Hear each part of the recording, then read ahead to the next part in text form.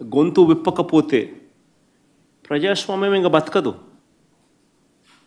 అధికారంలో ఉన్న పార్టీ ఈ మాదిరిగా ఎన్నికలు నిర్వహిస్తే ఎన్నికలు అన్నది ఇంకా హాస్యాస్పదమే అవుతాయి. ఎన్నికలు పెట్టాల్సిన ఎన్నికలు ఇంకా ఏం జరపాల్సిన పనులా, ఇంకా మన ఇష్టం గుద్దుకోవడమే.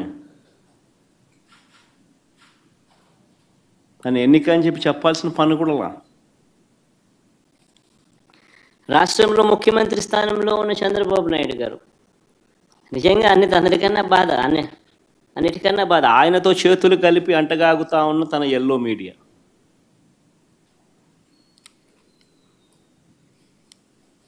వీరి ఎజెండా ఏమిటి అని అంటే ప్రజలకు మంచి చేయడం కాదు, డెమోక్రసీని కాపాడడం కాదు, ప్రజలకు పాలకులు మోసం చేస్తే వాటిని ప్రశ్నించడం కాదు, దోచుకో పంచుకో తినుకోలో అందరూ భాగస్వాములు కావడం. ఇది వారి ఎజెండా. సిగ్గుపడాలి నిజంగా ప్రజాస్వామ్యం అంతా కూడా.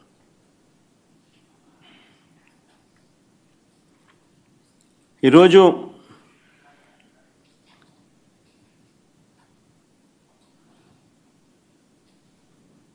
ఎంత దారుణంగా వీళ్ళు ఎన్నికలు చేశారు, ప్రజాస్వామ్యాన్ని ఎంత దారుణంగా వీళ్ళు కూని చేశారన్నది ఈ రెండు ఎన్నికలు ఉదాహరణగా నిలబడతాయి. నేను కొన్ని సన్నివేశాలు చెప్పుకుంటూ పోతాను, సో దట్ అసలు ఎన్నిక అనేది ఎలా జరిగింది అన్నది కూడా రాష్ట్ర ప్రజలందరికీ కూడా అవగాహన అన్నది వస్తుంది. బందిపోటు దొంగలు ఉంటారు చూసినారా, డెకాయిట్స్.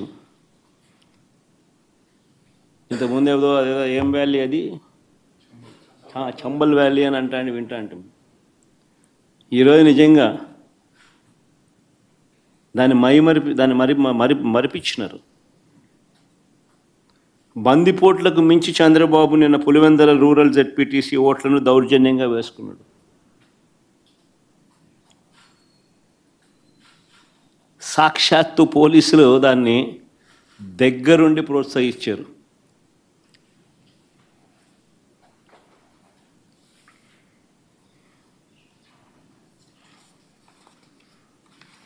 నేను చంద్రబాబు గారిని ఛాలెంజ్ చేస్తా ఉన్నా, అయ్యా చంద్రబాబు గారు, మీ పరిపాలన మీద నీకు నమ్మకం ఉంటే, మీరు మంచి చేశారు ప్రజలకన్నా అన్న విశ్వాసం మీలో ఉంటే, ప్రజలు మీకు ఓటు వేస్తారు అన్న నమ్మకం మీకుంటే,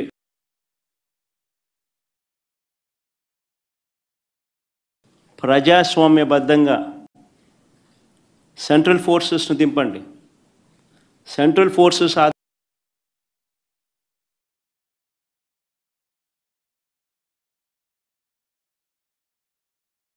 ప్రజాస్వామ్యబద్ధంగా ఎన్నికలు జరిపించండి. నీకు ఆ నమ్మకం లేదు కాబట్టి, మీరు ప్రజలకు చేసిన మంచి ఏది లేదు కాబట్టి, సూపర్ 6 సూపర్ 7 అన్నింటా మీరు మోసమే చేశారు కాబట్టి, మీ పాలన అంతా కూడా రాక్షస పాలన కాబట్టి, ప్రజలు మీకు ఓట్లేసే పరిస్థితి లేదు కాబట్టి ఇంత విచ్చలవిడిగా ప్రజాస్వామ్యాన్ని కూని చేస్తూ ఉన్నారు. నేను అడుగుతా ఉన్న చంద్రబాబు నాయుడు, ప్రతి బూతుకు సంబంధించిన వెబ్కాస్టింగ్ను వైఎస్ఆర్సీపీ అభ్యర్థులకు ఇచ్చే ధైర్యం మీకుందా అని అడుగుతా ఉన్నా.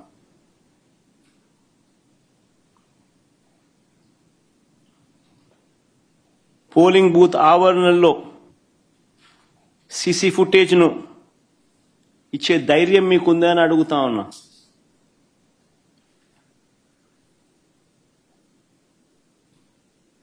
ఎవరెవరు బయట నుంచి వచ్చి ఎలా ఓటేశారో, ఎలా బూతులను ఆక్రమించుకున్నారో, ఆ ఆక్రమించుకుంది ఎవరో కూడా గుర్తించి కొన్ని ఉదాహరణలు కూడా మీకు చూపిస్తాం.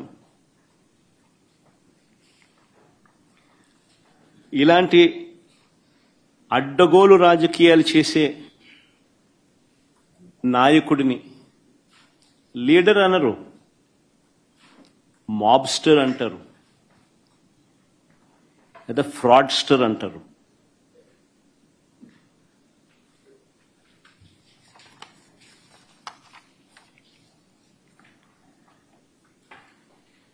ఉదాహరణ నేను చెప్తాను. ఎంత దారుణంగా ఈ మోసము అనే కార్యక్రమము, అన్యాయం అనే కార్యక్రమము జరుగుతూ వచ్చింది అన్నదానికి నిదర్శనాలు చెప్తా. సాధారణంగా ఎన్నిక ఎప్పుడైనా జరిగినప్పుడు ఏ ఊరిలో సంబంధించిన ఓటర్లు అదే ఊరిలోనే ఓటేస్తారు.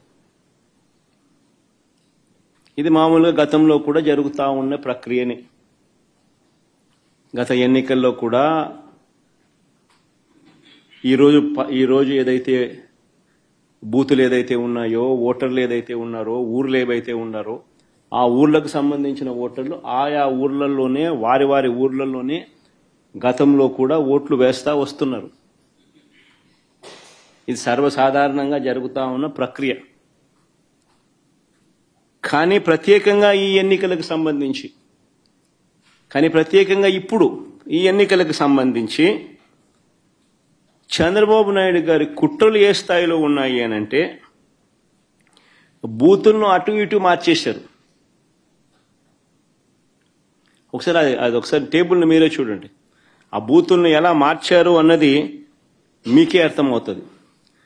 ఎర్రబల్లి నుంచి నల్లపురెడ్డిపల్లెకు 6, 7 and 6 and 7, 9 and 10 ఆ రెండు కాలమ్స్ ఒకసారి గమనిస్తే 6, 7 and 9, 10 రెండు కాలమ్స్ గమనిస్తే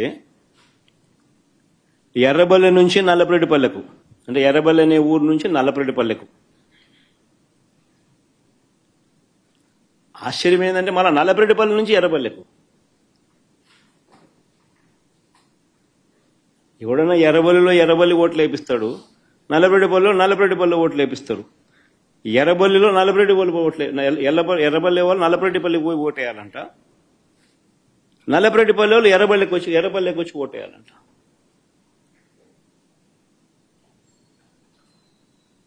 సిక్స్ 7 చూడండి, 9, 10 చూడండి.